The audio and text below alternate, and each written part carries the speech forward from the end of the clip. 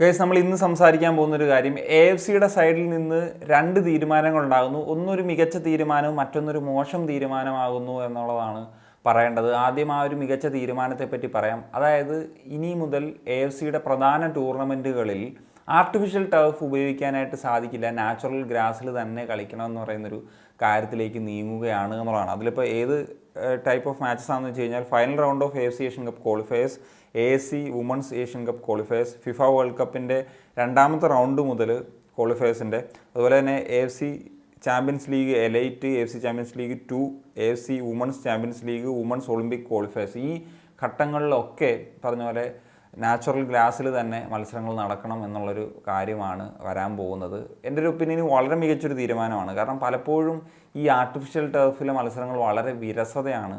അത് ആക്ച്വലി ഒരു അൺഫെയർ ആയിട്ടുള്ളൊരു അഡ്വാൻറ്റേജ് ആ ഒരു ഹോം ടീമിന് കിട്ടുകയും ചെയ്യുന്നതാണ്. കാരണം എന്ന് വെച്ച് കഴിഞ്ഞാൽ ഇപ്പോൾ അവർക്ക് അവിടെ കളിച്ച് വളരെ സുപരിചിതരായി ഇപ്പോൾ ആർട്ടിഫിഷ്യൽ ടർഫിൽ. പക്ഷേ പുറത്തുനിന്നൊരു ടീം വരുമ്പോഴത്തേക്കും അവർക്ക് ഈ നാച്ചുറൽ ഗ്രാസിൽ നിന്ന് ആർട്ടിഫിഷ്യൽ ടർഫിലോട്ടുള്ള ഒരു വ്യത്യാസം ഭയങ്കര തന്നെയാണ്. കാരണം എന്ന് വെച്ച് കഴിഞ്ഞാൽ ആ ഒരു കളിയുടെ സ്പീഡും മൊത്തത്തിൽ ആ ഒരു ഗ്രൗണ്ടിനെ ഒട്ടും തന്നെ മനസ്സിലാക്കാനായിട്ട് സാധിക്കാത്തൊരു സാഹചര്യമാണുള്ളത്. അപ്പം നാച്ചുറൽ ഗ്രാസിൽ തന്നെ എല്ലാ മത്സരങ്ങളും കളിക്കുക എന്ന് പറയുന്നത് വളരെ പ്രധാനപ്പെട്ട കാര്യമാണ്. പിന്നെയെന്ന് വെച്ച് കഴിഞ്ഞാൽ ഇപ്പം ഞാൻ ഈ റീസെൻ്റ്ലി ഇന്ത്യയുടെ അണ്ടർ-17 സാഫ് മത്സരങ്ങൾ, അത് അരുണാചൽ വെച്ച് മറ്റുമാണ് നടന്നത്. അതൊരു ആർട്ടിഫിഷ്യൽ ടർഫായിരുന്നു. അവിടുത്തെ പോലും നമുക്ക് കളി കാണാൻ ഒട്ടും താല്പര്യമില്ല. കാരണം ഈ പറയുന്ന പോലെ ഈ ഒരു കളിയുടെ സ്പീഡും അല്ലെങ്കിൽ ഒരു പൊസിഷൻ ബേസ്ഡ് ഗെയിം കളിക്കാനും ഒക്കെ കുറച്ച് ബുദ്ധിമുട്ടായിട്ടുള്ളൊരു കാര്യം തന്നെയാണ്. അപ്പോൾ ഇത് മൊത്തത്തിൽ ആ ഒരു ചേഞ്ച് വന്നിരുന്നെങ്കിൽ നന്നായിരുന്നേനെ എന്നുള്ളത് എപ്പോഴും ചിന്തിക്കാറുണ്ട്. പിന്നെ ഇഞ്ചുറി സംബന്ധമായിട്ടുള്ള കാര്യങ്ങളും ഈ ആർട്ടിഫിഷ്യൽ ടർഫിലൊക്കെ കളിക്കുന്ന സമയത്ത് ചാൻസസ് കൂടുതലാണ്. അതുകൊണ്ട് തന്നെ ഒരു ഫുള്ളി നാച്ചുറൽ സെറ്റപ്പിലേക്ക് വരുന്നത് തന്നെയാണ് എപ്പോഴും നല്ലത്.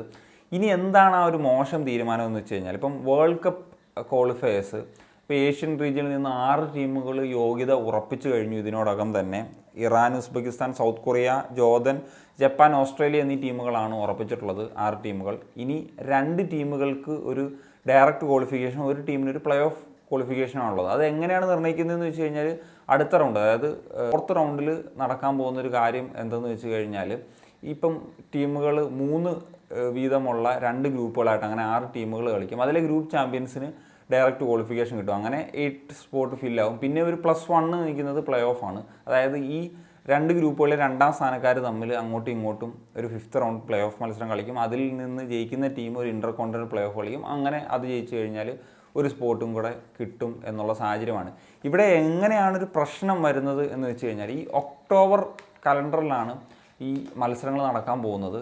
ആകെ 2 മത്സരങ്ങളായിരിക്കും ഈ പറഞ്ഞ ലോകകപ്പ് യോഗ്യത നിർണ്ണയിക്കുക എന്നുള്ളതാണ്. അതായത് 3 ടീമുകളുള്ള ഗ്രൂപ്പുകളാണല്ലോ. അപ്പം ഒരു ലെഗ് മത്സരങ്ങളേ ഉള്ളൂ.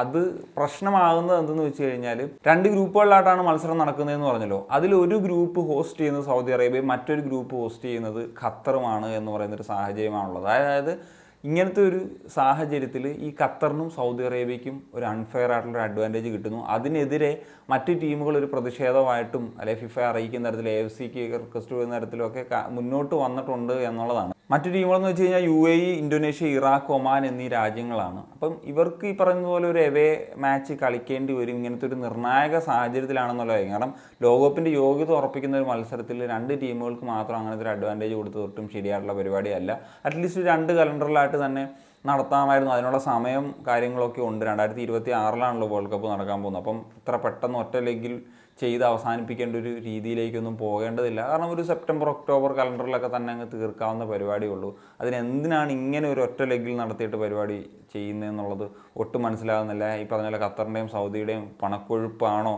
ഇവിടെ അവർക്കൊരു അഡ്വാൻറ്റേജ് വരുന്ന തരത്തിലേക്ക് മാറി എന്നുള്ളത് നമുക്കറിയത്തില്ല. എന്താണെങ്കിലും ഇപ്പം AFC ചാമ്പ്യൻസ് ലീഗ് എലൈറ്റൊക്കെ അടക്കം നമുക്കറിയാം ഇത്തവണത്തെ നോക്കൗട്ട് ഫേസ് ഒരു ഘട്ടം കഴിഞ്ഞപ്പോൾ സൗദി അറേബ്യയിൽ വെച്ച് തന്നെ മാത്രമാണ് നടന്നിട്ടുള്ളത്. അത് തന്നെ ഈ പറഞ്ഞ സൗദി ക്ലബ്സിനൊരു അഡ്വാൻറ്റേജ് ഉണ്ടാക്കുന്ന ഒരു ഫാക്ടറാണ്. വരുന്ന വർഷങ്ങളിലും അങ്ങനെ തന്നെയാണ്. അപ്പം അങ്ങനെ പ്രത്യേക രാജ്യങ്ങൾക്ക് എന്തിനാണ് AFC ഒരു അഡ്വാൻറ്റേജ് കൊടുക്കുന്നതെന്ന് പറഞ്ഞൊരു ചോദ്യമാണ് അവിടെ നിലനിൽക്കുന്നത്. ഇതൊരു ശരിയായിട്ടുള്ള നടപടിയായിട്ട് എനിക്കും തോന്നുന്നില്ല. അപ്പം എന്താണ് നിങ്ങളുടെ ഒപ്പീനിയൻ? തീർച്ചയായിട്ടും കമ്പോസിറ്റ് കണക്ഷൻ സൈൻ ഓഫ്.